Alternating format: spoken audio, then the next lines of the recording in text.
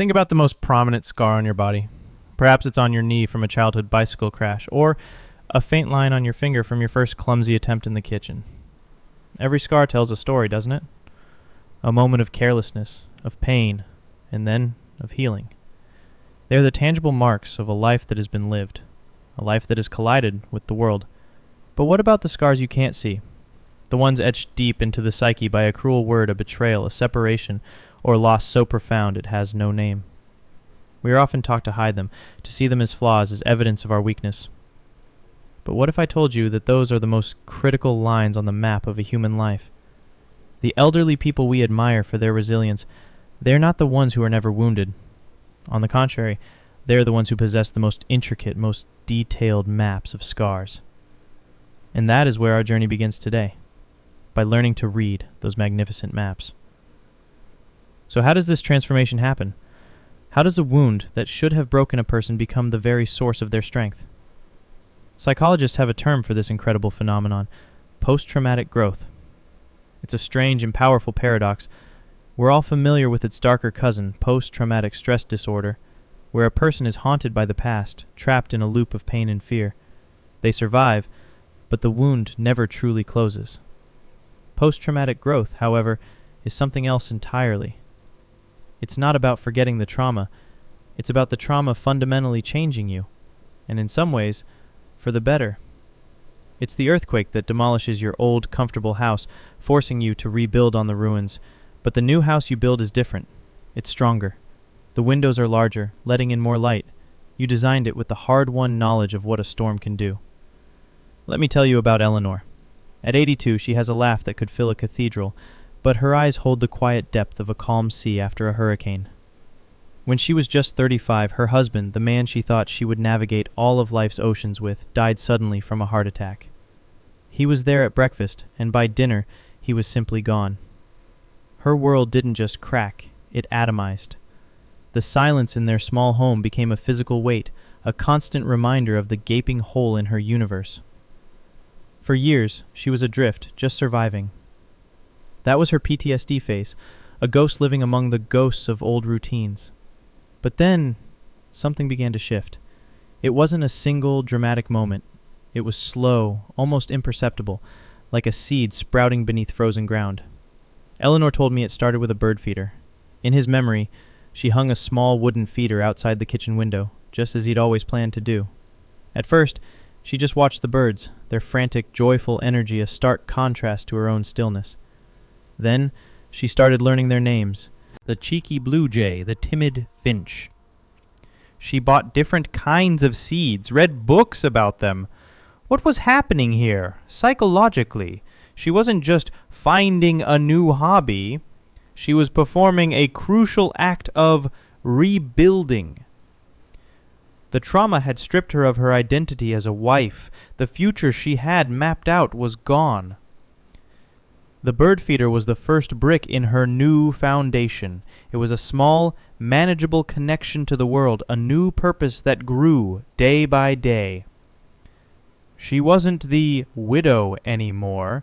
She became the bird lady, the woman who could tell you the difference between a sparrow's chirp and a chickadee's call. This is a classic pathway of post-traumatic growth. Researchers find that it often manifests in 5 key areas: a new appreciation for life, stronger relationships with others, a sense of new possibilities, recognizing your own personal strength, and a profound spiritual or existential development. Eleanor checked every box. She started volunteering at a local nature reserve. The other volunteers, many of whom were also navigating their own losses, became her new tribe, her stronger relationships. She had never thought of herself as a teacher, but soon she was leading birdwatching tours for children. Her new possibilities. And here's the most mind-bending part of her journey. One day, I asked her if she could go back and erase the pain. Would she? She looked at me, her gaze steady, and said something I will never forget. "To erase the pain," she said softly, I would have to erase the man. I can't do that. But more than that, to erase the pain, I would have to erase the woman I became because of it. And I'm not sure I'm willing to do that. Think about that. The scar had become so integrated into her identity that it was no longer a disfigurement. It was a part of her beauty, a testament to her capacity to love, to break, and to rebuild herself into something even more resilient. This is not about romanticizing tragedy. Her pain was real, devastating, and something no one should ever have to endure. But her story reveals a profound psychological truth. Humans are not designed to simply endure suffering. We are wired to make meaning out of it.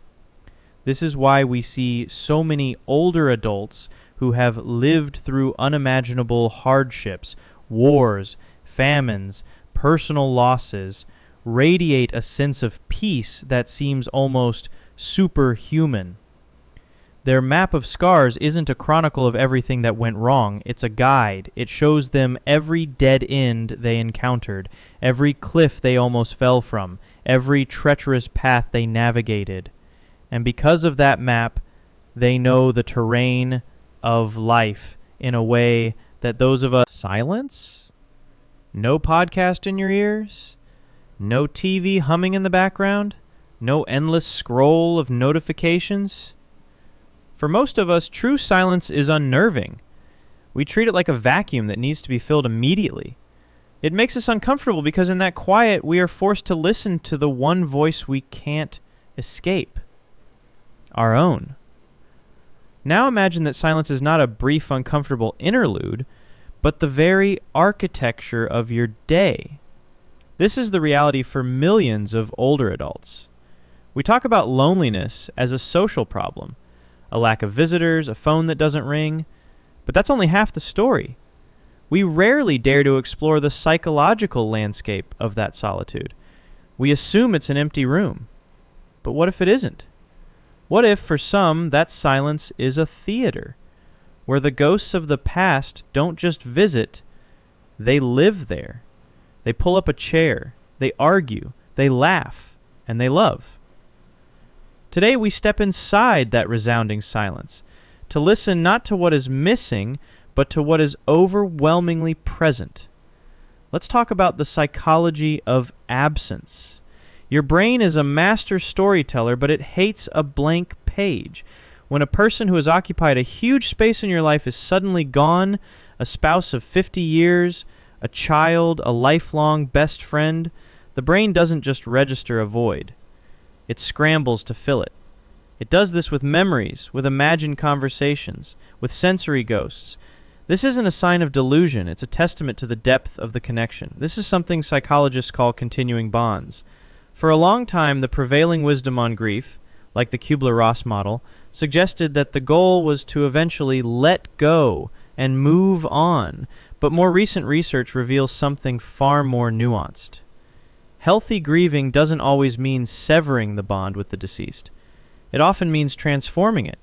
The relationship shifts from a physical presence to an internal one. The person becomes a permanent resident in your mind. Consider Arthur, a 91-year-old retired watchmaker. His wife, Clara, passed away 7 years ago. Their house is meticulously clean, almost like a museum. Her teacup is still on the bedside table. Her reading glasses rest on a book she never finished. To an outsider, it might look like he's stuck. But if you sit with Arthur long enough, you realize he isn't stuck at all. He is in constant, quiet dialogue. Clara would have loved these roses, he'll murmur to himself while gardening. When facing a small dilemma, he'll pause and say, "Now what would my Clara have said about this?" He isn't talking to thin air. He is accessing a rich, detailed internal model of his wife, built over a lifetime of shared experiences. She is his moral compass, his emotional anchor, his silent companion. The silence of his house is not empty, it's filled with her voice. But this internal world is not always a peaceful sanctuary. It can also be a silence that gives a booming voice to regret. And this is where the loneliness becomes a double-edged sword. Without the daily distractions of work, raising a family, or a bustling social life, there is nowhere to hide from the past's most difficult questions. The what-ifs become deafening. What if I had been a more patient father? What if I had taken that job in another city? What if I had said, "I love you," one last time? This process is known in psychology as rumination, a repetitive, inward-focused thinking pattern. In younger people, rumination is often linked to anxiety and depression, but in old age it can take on a different function. It's part of a critical developmental stage that psychoanalyst Erik Erikson called ego integrity versus despair. This is the final chapter in his stages of psychosocial development. The core task of this stage is a life review. The individual looks back on their life and must come to terms with it, in its entirety.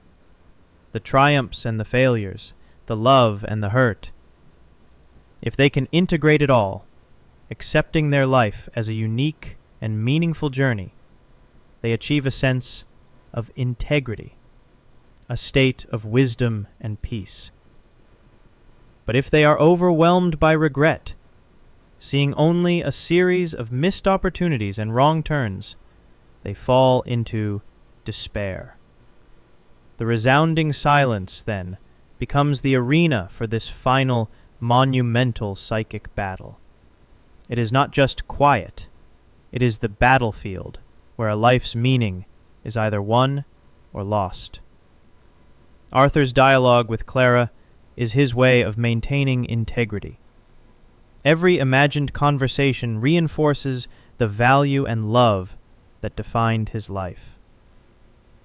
For someone else, that same silence might be filled with the ghosts of arguments, of words left unsaid, replaying a loop of despair. So, what is the disturbing truth hidden within this silence? It's that we fundamentally misunderstand what old age loneliness is. We see it as an absence of people. It is not. It is an overwhelming presence of time. Time to remember. Time to regret. Time to reconcile. The silence isn't the problem. It's the amplifier. It magnifies whatever is already inside one's soul. If that soul is filled with gratitude and acceptance, the silence becomes a beautiful, resonant space of peace. If it is filled with bitterness and regret, the silence becomes a torture chamber. This forces us to ask a terrifying question of ourselves, right now, in the midst of our noisy, distracted lives. What are we building inside our own souls?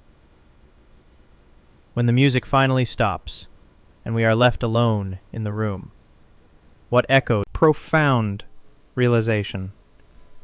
The most important conversation we will ever have is the one we will have with our own memories when everyone else has left the room. And that conversation starts now. If you had to guess, what do you think is the single biggest regret of the dying? We've all heard the cliches, "I wish I hadn't worked so hard, I wish I'd spent more time with my family," and while those are certainly true and powerful, they are symptoms of a much deeper, more fundamental regret that psychological research has uncovered. It's a paradox that flips our entire understanding of mistakes on its head. We spend most of our lives terrified of making the wrong choice. We agonize over decisions, fearing the sting of failure, the embarrassment of a misstep. We are a culture obsessed with avoiding regrets of action, the things we did that we wish we hadn't. We regret buying that car, taking that job, saying that hurtful thing. These regrets are sharp, painful, and they burn brightly in our memory. But studies of the elderly, people looking back from the very end of their lives, reveal a startling truth. In the long run, the burning pain of action regrets fades. The brain, it seems, has an incredible immune system for mistakes we actually made. We learn, we rationalize, we move on. The regrets that truly endure, the ones that fester for decades and haunt the quiet moments, are of a different kind entirely. They are the regrets of inaction. They are not about the mountains we tried to climb and failed. They are about the mountains we were too afraid to even attempt.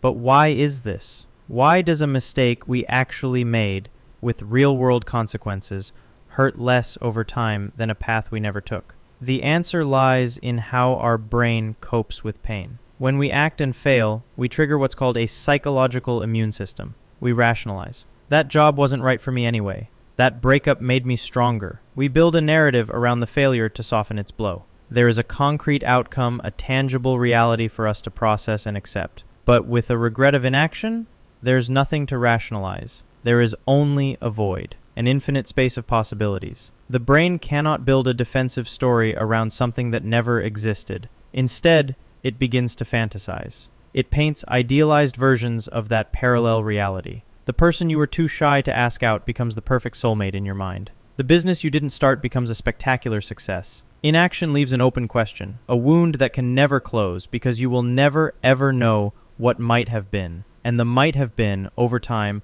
will always be more beautiful, more perfect than any messy reality could ever be. Take the story of Robert, an 88-year-old retired accountant. His entire life was a model of stability and responsibility. He worked hard, provided for his family, and never made a single bad financial move. But when I asked him about his biggest regret, his eyes went distant, looking far beyond the walls of the nursing home.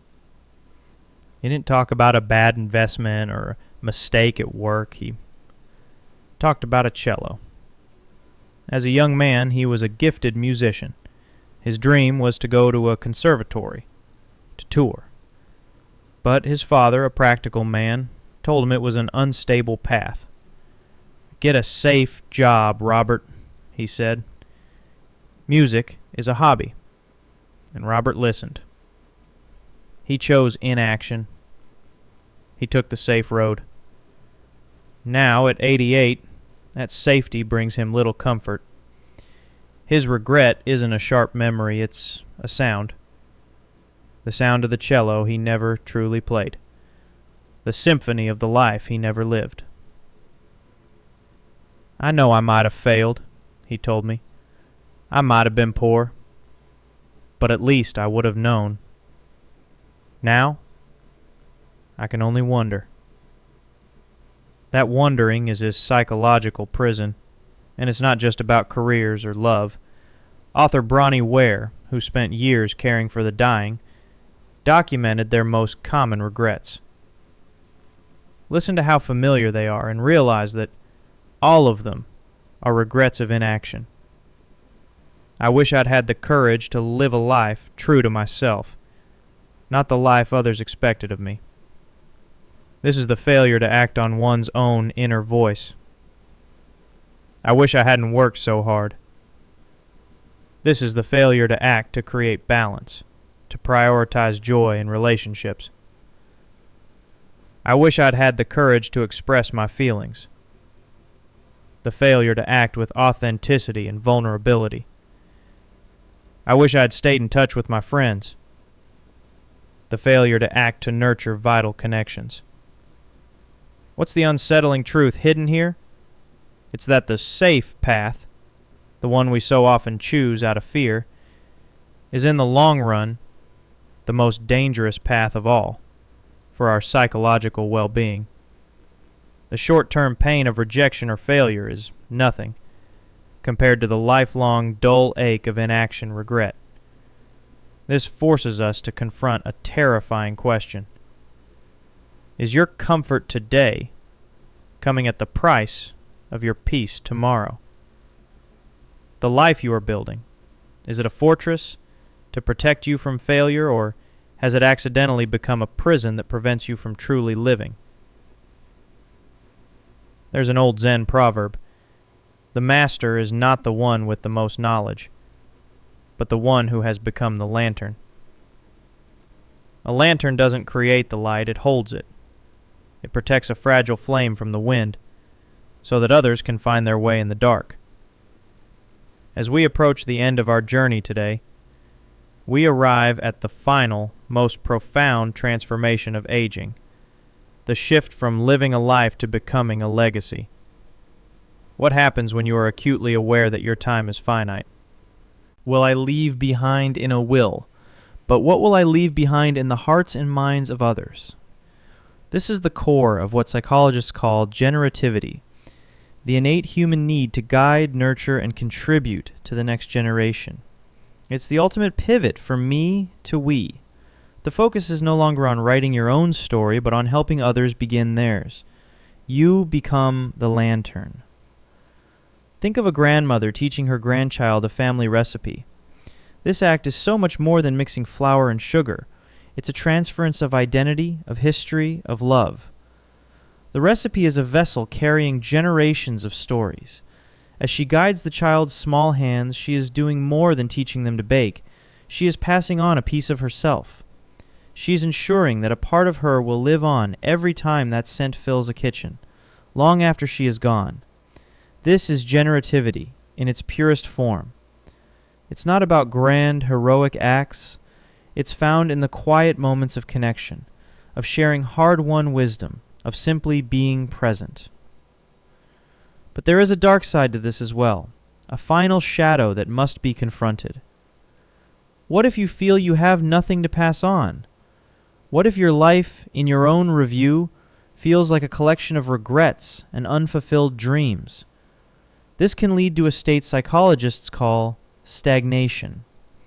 It's the feeling of being stuck, of having produced nothing of value, of leaving no mark on the world.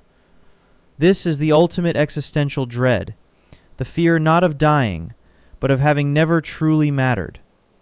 A person in this state may become bitter, withdrawn, and resentful of the youth and potential they see in others. They see a world moving on without them, and it feels like a profound rejection. Their flame isn't being passed on, it's simply being extinguished by the wind. The final, unsettling revelation is this. Legacy isn't something you decide to create at the end of your life. You are building it right now. With every interaction, every choice, every act of kindness or cruelty. Your legacy is the cumulative effect of your existence on the people around you. It's the echo you leave in a room after you've walked out. Are you the person whose advice is sought, whose presence is calming, or are you the person from whom others feel a need to recover? The stories we've explored today, of scars becoming maps, of silence becoming a dialogue, of regret becoming a teacher, all converge on this one powerful point. The art of growing old is the art of letting go. Letting go of who you thought you were supposed to be and embracing who you have become. Letting go of the need to acquire and discovering the joy of giving away. Letting go of your own story to make space for the stories of others. The elderly are not fading away. They are concentrating. They are distilling a lifetime of chaotic experiences into a few drops of pure wisdom. And their final task is to offer that wisdom to us. Have the courage to draw close, to feel the warmth, and to let their light guide our way. Because one day, sooner than we think, it will be our turn to hold the flame.